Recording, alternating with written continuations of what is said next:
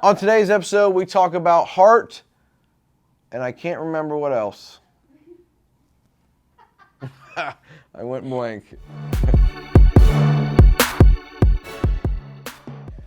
Welcome, everybody, to the DISRUPTu show. I'm your host, Ryan Thogmartin. This is the funeral profession's most disruptive web show.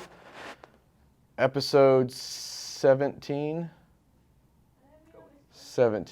Episode 17. Early in the morning, only a few people here that want to crush it, which is nice. We have not been shooting on a regular schedule because things have been a bit crazy, which is good. So hopefully you haven't missed us too much. So let's just get right into it. Wait. No potatoes again today. We're switching it up with random objects. So today we have ping pong balls. Okay, jeez.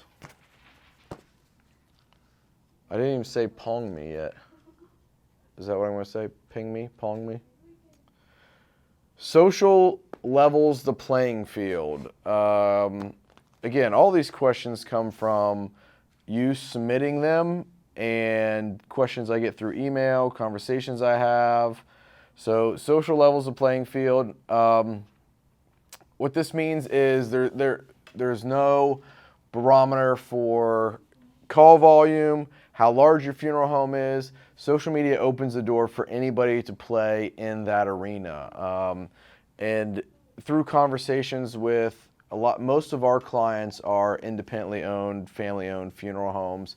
We do have some clients that are corporate, but the difference in how a social strategy is run from a corporate to a family-owned funeral home is absolutely no different whatsoever.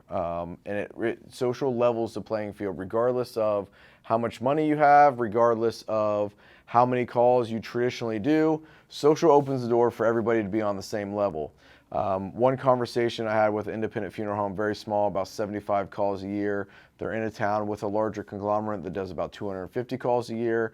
The conversation was the conglomerate has way more marketing dollars to go and do they sponsor everything, they advertise on everything, they're out in the marketplace very heavily, but they are not engaged in social. So social really levels the playing field from a marketing standpoint because now that 75 call firm can go and do things on social media that rival what the conglomerate could do as well. So regardless of the amount of money you have, social media completely levels the playing field. It opens the gate for anybody to be competitive, and it allows you to capture the online market before a competitor can capture the online market. So at the end of the day, call volume doesn't matter. The amount of money that you have does not matter. Social levels the playing field and opens the door for everybody to capture an audience, start telling a story, and engaging with your community. Okay, pong me. Good Lord. Marketing is about the heart. And I think we forget this quite a bit in the marketing that we do. Most funeral homes market with content that they want to see or things they want to get out, things you want to say, and forget about who's going to be digesting the marketing and the advertising and who's going to be engaging with the content. So on social media, when you can capture somebody's heart, along with it comes eyes and ears and everything else and wallets, but really hitting somebody emotionally, capturing their attention and engaging with them, you get a piece of the heart and you build a relationship, and that relationship equates into customers, and that relationship equates into long-term value of a user. I've talked a lot about transactional social media and the long-term value of social media, and most businesses look at social as transactional.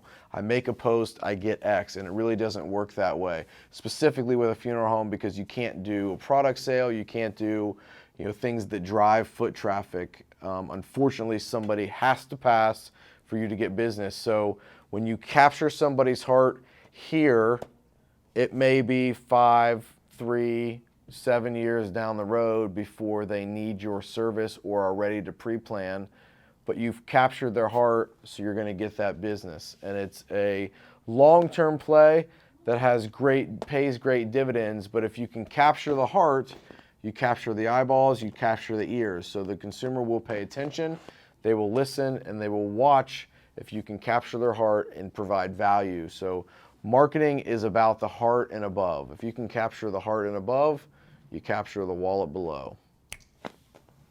Okay, last one. Ping me, pong me. Whoa. You should leave the funeral business. So this is a plea, a cry out to, it's more of a pet peeve. This really has nothing to do with social media, except that I see it a lot on social media. There are a lot of funeral groups. We see it on Connecting Directors. We pose a lot of questions on the connectingdirectors.com Facebook page, where we ask funeral directors certain questions, get responses. And one of the things that I see a lot is a lot of complaining. A lot of funeral directors complaining about the money they make, complaining about the people they work for, complaining about the hours, complaining about the tireless work that they put in for very little thanks. It's amazing of how many funeral directors are completely negative whenever they talk about the funeral business. And my cry to you is, if it's that bad and you hate it that much, and this is not your calling, but it was something that your family wanted you to do, it was something that mom and dad wanted you to do, it was something that, you know, we have a funeral home, so I'm going to go down that route. There really wasn't another option. You should leave the business and go do something else. If you're not in it and your heart is not in it, and all you want to do is complain about it, and you don't make enough money, and people don't allow you to do this, and the consumer doesn't do that, and there's online people selling caskets for cheap, and you can't compete with the big guys, you should leave the business 100%. Get out, go do something else, find your passion, cash in on that. If you're a coin collector, go write a blog about coins.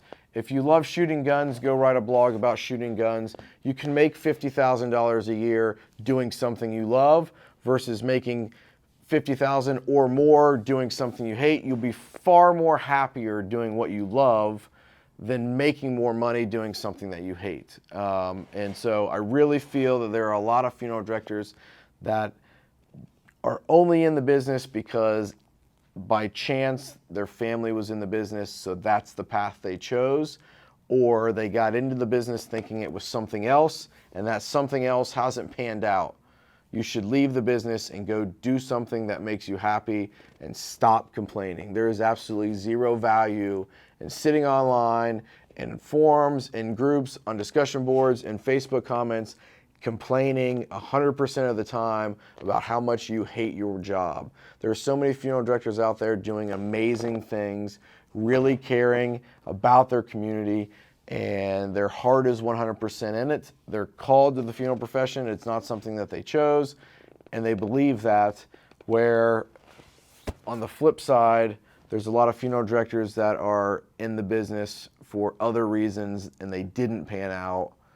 And you should probably just leave the profession, because no one wants to read your complaining and how you don't make enough money, how you get no value, how families don't appreciate what you do. Those are all things that everybody goes through. But if it's that bad, you should just leave the business. Get out. Peace. See you later. Okay, that's it for episode 17. Would you rather?